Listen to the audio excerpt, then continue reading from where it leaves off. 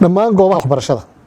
kuwa dawliga iyo kuwa gaarka loo leeyahay sida iskuulada iyo jaamacadaha waxaa la xidhi doonaa muddo 2 usbuuc ah oo ka bilaabanta berrito oo bishu ay tahay 3 bisha 3 2021 waxaana xidhnaan doonaan ilaa 17 Maarch 2021 qof kasta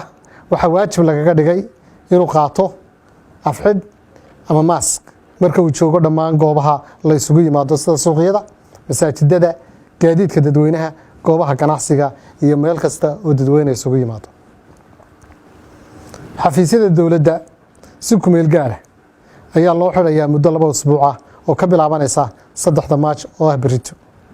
shaqaaluhuna waxa ay ka soo shaqayn doonaan guryahooda marka laga reebo kuwa bixiya adeegyada lagama maarmaanka isu socodka caasimadda dalka iyo gobolada waa la dhimi doonaa muddo 2 usbuuc ah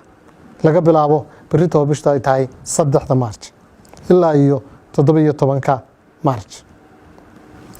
gaadiidka dadweynaha iyo kuwa gaadiidka dadweynaha iyo kuwa khaaskaaba si caadi ayay u sii socon doonaan gudaha magaalooyinka waxaana waajib ah dadka saaran ee rakaabka ahi inay qaataan afsaar ama mask ayna hubiyaan kala fogaanshaha bulshada